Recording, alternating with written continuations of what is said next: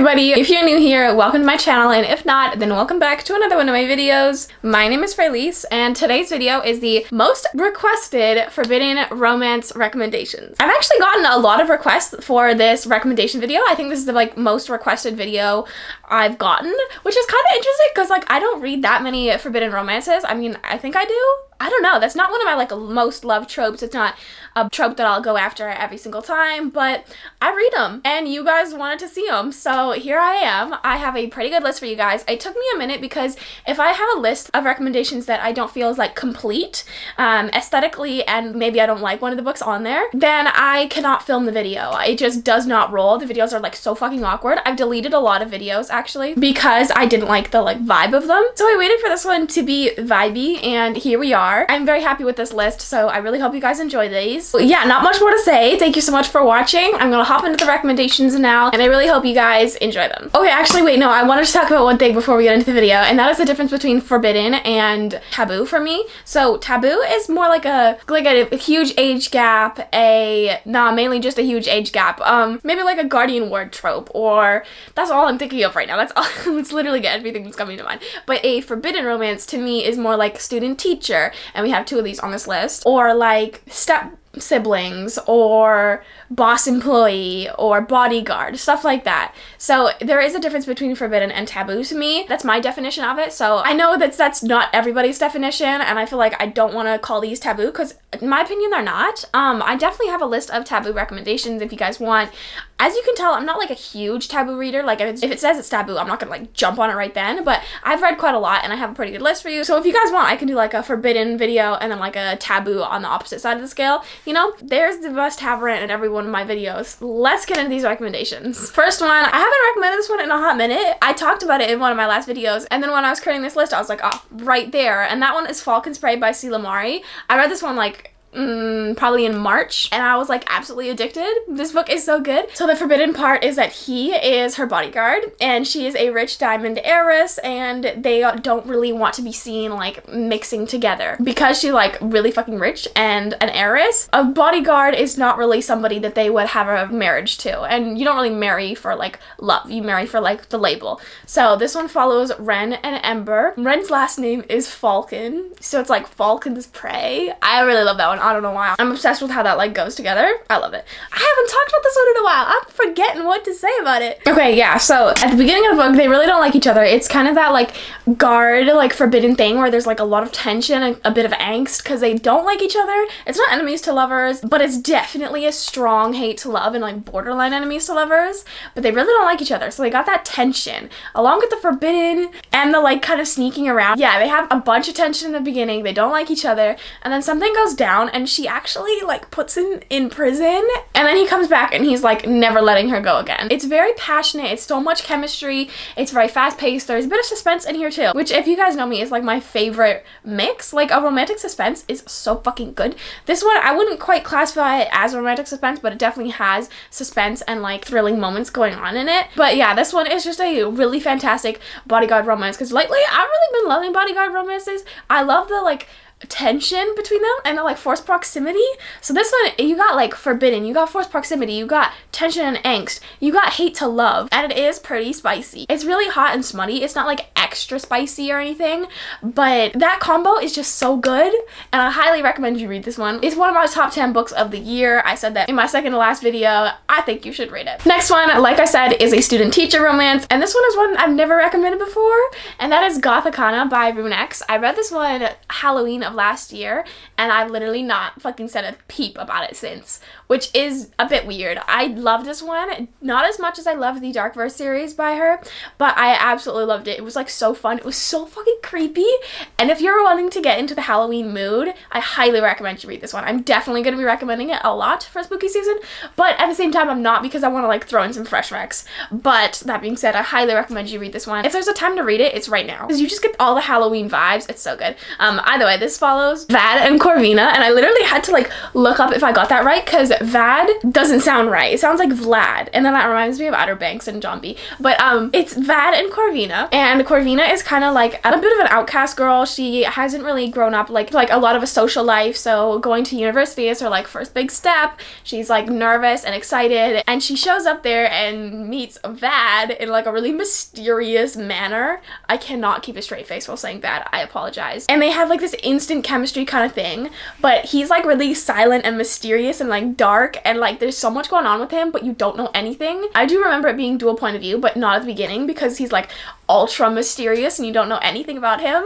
But yeah, they have these like hidden stolen moments at the top of the tower, and like I said, y'all, it's fucking creepy. Like a book hasn't made me this creeped out since like ever, actually. It is a fantastic book with so much aesthetic vibes, not just like aesthetically pleasing, it's like forcing the creepy onto you in a good way. They have these like mysterious interactions, like there's definitely chemistry. Obviously neither of them are gonna act on it because like he's her professor and they are in university, so it's like a little different, but at the same time it's still forbidden. So she like follows him into the trees once, and they like go to this like ruined like something, I don't remember what it was, and there's like so many mysterious moments, and there's like chemistry, and there's a whole suspense thing going on at the university. There's like a bunch of questions unanswered about like the students going missing, and I'm like, oh my god. It does end on a happily ever after for Vad and Corvina, but there is a bunch of mysteries that are still there, and I think those are going to be like unraveled a little bit in her upcoming book. I don't remember the name of it, but I think it's gothikana related, built in the same world but not following Vad and Corvina, and I think it's like kind of older and historic. I don't really know, but I'm thinking we might get some answers to those mysteries that are going on in this book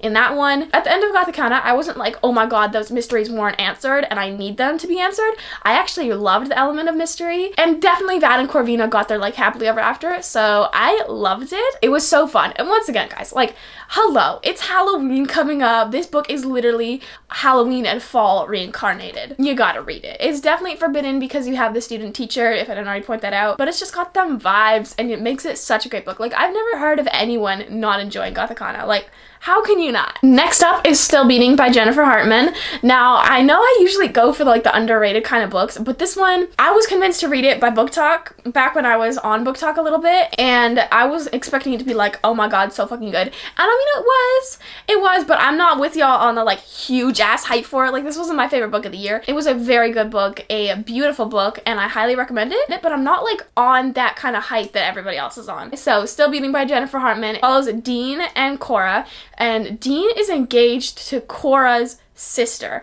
So that's the forbidden part here. They kind of been like tiptoeing around each other because they don't like each other, but we all know that if you don't like each other, it's just code for you're in love with each other. If romance books have taught us anything, it's that, okay? I literally see this like in real life and I'm like, they're in love with each other.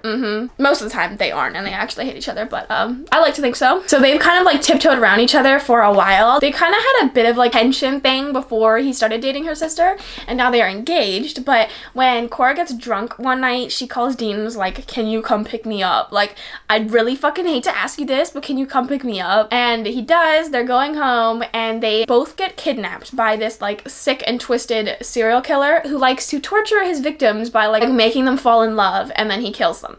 So basically, for a large majority of the book, they are trapped in his dungeon. He's like torturing them, making them fall in love with each other, and they don't get out until a good amount into the book. And then it follows them in their recovery stages, them trying to like avoid that anything ever happened in the dungeon, where they definitely fell in love with each other, and they definitely got over that like hate and realized that they were in love with each other. And obviously the like serial killer who's forcing them to fall in love with each other. Then after, they are back in the real world and they're trying to like move on emotionally and mentally, but also trying to like ignore the fact that anything ever happened and the fact that Dean didn't cheat on Cora's sister with Cora. So there is cheating in this one. There is like so much emotional like recovery going on in the last bit. Like, they're both kind of spiraling after they get out and they find each other again and they fall in love. This one, it does have a lot of trigger warnings. It's really dark. Jennifer Hartman is a contemporary writer. I didn't expect it to be this dark, but it's pretty dark, and there is also cheating. I've said this before, I don't mind cheating, but some people do. So I always say that just in case, but yeah, this one, it's a great read and it's very emotional. I was a little bit emotionally moved by them together, and it's definitely forbidden. I was like kind of borderline putting it on the taboo because he is like engaged to her sister,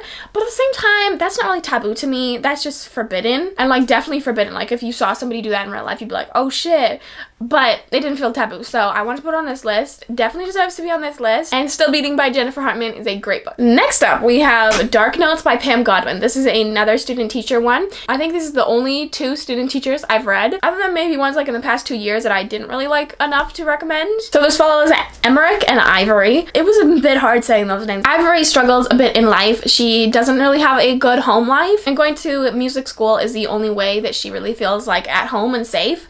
So when she gets a new teacher and she has to have like private lessons with him, they definitely form a lot of tension, and they had like kind of instant chemistry already. And like I said, her home life is not the greatest. She's a little bit scarred and has a lot of baggage from things that have happened in the past, and he's just like protective central. Like this is one of the most protective and possessive heroes that I've ever read. He is borderline toucher and I kill you, but it's more contemporary, so he doesn't actually kill anyone. So like I can't feel qualified to say he's toucher and I kill you, but he's very protective, he's very possessive, and some of the people from her home life come and try to fuck with her, and he's like, no. I did say this one is a bit more contemporary, but that being said, there is something at the kind of tail end of this book that I was like, what the fuck? It's really twisted, and it came out of left field, and I was like, what the absolute fuck? So I'm not gonna spoil it, but I have talked about this with a few of my book friends, and they were also like, what the fuck, where did that come from? So be prepared that there is a really like tragic event at around 70% in, I'd say. So yeah, it is a great book. Like I said, student teacher, so it is forbidden. He could like lose his job, and that's really realistic in here. We go through the elements of him losing his job.